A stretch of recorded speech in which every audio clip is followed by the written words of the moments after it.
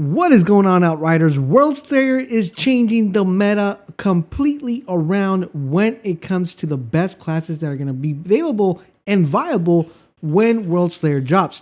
Today we're going to be talking about what are the best classes. We're also going to be talking about why they're the best classes and why this might change if you guys already have a main character, if you're a returning player, or if you're a new player and you haven't made your mind which class to pick. Then you're definitely going to want to make sure you stay tuned to the video so you can find out what's going to fit your playstyle. So let's go ahead and dive in and talk about what is the current best class to use within Worldslayer. As you guys may already know, currently right now in the game, there are a couple meta builds. There are a couple meta type of characters and classes. There's a tier list already, but I'm going to tell you guys right now, after playing Worldslayer in the betas, I can tell you one thing. The meta is going to change and the best class is going to get the throne by a different class. Now we're going to break down every single class individually, but at the end of the video, I will let you know which one I feel to be the best class. And of course, later throughout the week, we will have a tier list because there's still a couple things I need to test out when the game actually releases. All right, so we're going to break this down in 4 different categories for each individual class, and I'm going to give you guys a breakdown. The first one is going to be survivability. So how much survivability does the class have before completely dying? Is the class very gear dependent? So that means that you're going to have to farm a lot of gear for the class to actually outshine. And does the class have a lot of AoE damage? Trust me guys, AoE damage is extremely important in Worldslayers. And is there a lot of health regen elements that's going to have you stay with that survivability? So with that being said, let's start off with the first class, the Trickster. Now, as far as playstyles are concerned, the Trickster is definitely a very fun and one of the funnest classes in Outriders. One of the things I love about the Trickster is his mobility and also how fast he's able to cover ground with the different type of skills he possesses. He has a very extensive skill tree that gives him a nice survivability and also gives him a very good arsenal, which allows him to have that one-shot potential. So if you're someone that likes to be fast-paced, likes to rush, likes to be in the enemy's face, loves to dish out damage and absorb that damage as well and take it, then this is definitely a class you want to consider. And if you already have the game, you're definitely going to want to start farming with that build. Now, one of the downsides of the Trickster is the survivability factor. Unfortunately, the Trickster is a bit squishy in the game. He is very gear dependent because he needs to be able to get certain mods and certain gear to give him that survivability. He's able to pick some of the survivability from the skill tree, but just the skill tree alone is not enough to give him a lot of survival unless he has a very high gear dependent and mod dependent build.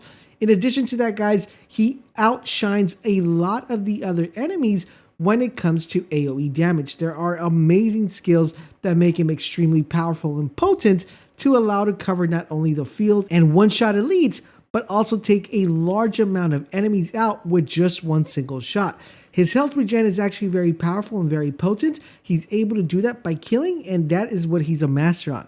Now, if you guys want to know what build actually covers all this, you're definitely going to want to check out my Trickster build, which I did a video earlier this week, so you guys can put that build together if you guys already have the game. Now, let's talk about one of the favorite classes of a lot of Outrider players, and that is the Pyromancer. Now, the Pyromancer, guys, is definitely everybody's best friend because he is known as the buffer and debuffer of all the classes. He can make a tanky enemy feel like a marshmallow. He is extremely powerful when it comes to debuffing enemies and allowing other classes to do that damage. But don't get it twisted. He's still a very good player to have if you just want to go ahead and dish a ton of damage by yourself or even playing with a team and be one of those people that have the high numbers of how much damage they do. Now, as far as playstyle, I would say he falls more under the category of a support class, even though I personally don't play the Pyromancer that way, but he is very supportive in the sense of being able to debuff and buff you while you play and debuff and buff himself. So if you guys like to be the support class, but like to still have that mix of emotions where you're able to go be like, you know what, if I want to take control of this fight, I can take control of it, then definitely he is a very good character to have. Now, survivability wise, guys, this is where the Pyromancer kind of falls off just a little bit for me. He is a little bit more squishier than the Trickster in my opinion. And he's able to, kind of recover from that as long as he has a proper gear. So for me personally, Pyromancer is more gear dependent and has less survivability than his counterpart, the Trickster. Now, I'm basing this opinion after playing extensive amount of hours with both classes. Now, if you guys ever play around with the skill tree, you're going to notice that the Trickster gets survivability aspects a lot sooner than the Pyromancer actually gets them. But once you have a very decked out Pyromancer, you guys are going to fall in love with him because he is going to have a ton of survivability. And one of the things I love about the Pyromancer is his advantage of having a lot of AoE damage. Remember, AoD damage is extremely important when it comes to Worldslayer because there are going to be a ton of enemies when you guys get especially to the end game. So you're going to want to make sure you have a character that has a ton of AoD damage potential. Now, as far as health regen is concerned, yes, he is a very good character at bringing his health back via his skill tree, via the packs tree, and different elements. But like I said, very gear dependent, a little bit more squishier, but just an overall good class, especially for endgame. Once you have all the gears and all the items collected, he's definitely a class you're going to want to make sure you have in your arsenal, or you want to make sure you're friends with a Pyromancer. Now on to the Technomancer. Now the Technomancer guy is Spectre Gadget, like I like to call him, because he's able to do so much cool stuff in his arsenal. He has a bazooka. I know it's not called that, but I just like to call it that. He has a turret. He has a little machine that throws out burgers. That's what I like to call it, or toxin. But he is a very interesting character. One of the things I love about the Technomancer is the ability of being able, guys, to have a ton of survivability. If you like to be a class that is able to have that one-hit potential very similar to the Trickster, and like to keep your distance, this is a very good character. Now, don't get it wrong. I'm not saying that this has to be your playstyle, because the Technomancer is still able to get up close and personal and do a ton of damage due to the advantage he has of being able to freeze the entire field or one single target and allowing that freeze ability to cause a massive amount of damage. If you guys feel like you're going to have a hard time playing the game, or you feel like you need a character that has that one-shot potential, you want to keep your distance, and you want to have gadgets at your disposal, definitely, guys, the Technomancer is the way to go. If you already have a Technomancer, you're probably saying, Laser, how good is he for Worldslayer?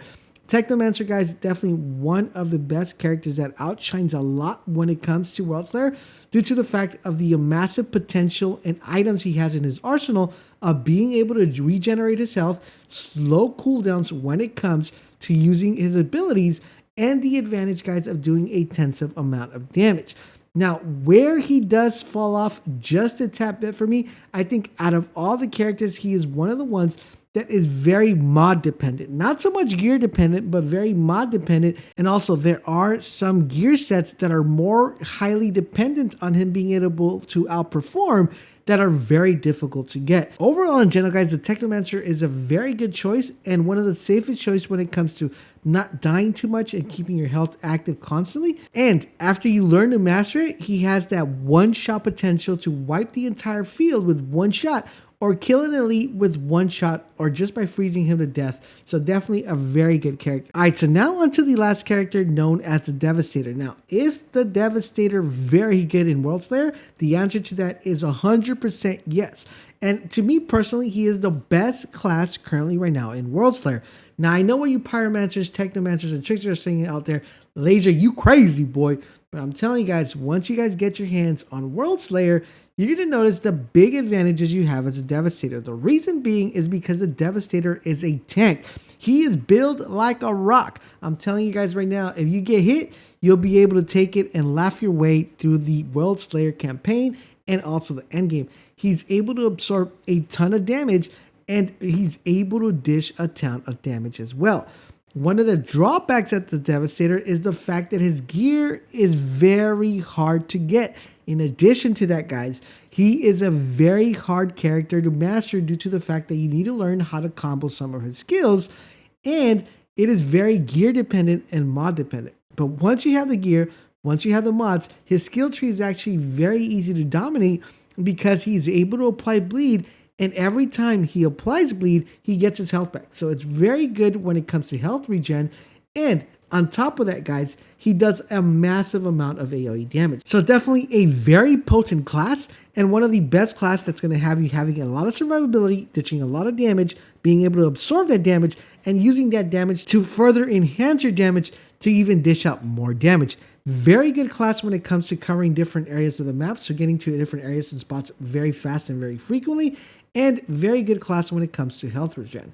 Now, overall in general, guys, for every single class, I have builds that I made up before the release of Worldslayer that if you have the base game right now, you can definitely go check them out, put them together. And I've actually tested all these classes in Worldslayer, and I can tell you 100% these classes wreck. Now, if you guys do plan on picking up the game, click the link down below. It'll take you to the Steam page so you guys can purchase the game for yourselves, and it does help me out as well. Now, in addition to that, guys, if you want to make sure you have the best builds for Worldslayer, you know where to farm legendaries and want to do all that stuff, click on the videos that are popping up right now on the screen. They're going to give you the best information that comes to Worldslayer, how to farm, how to level up fast. So you're definitely going to want to check out those videos. I hope you guys are enjoying our coverage here on the channel. If you are, do me a huge favor, guys, drop a comment, drop a like. But most importantly, subscribe to the channel, turn on all your notifications so you guys won't miss when our videos go live. Thank you guys for watching, and I'll catch you guys on the next one.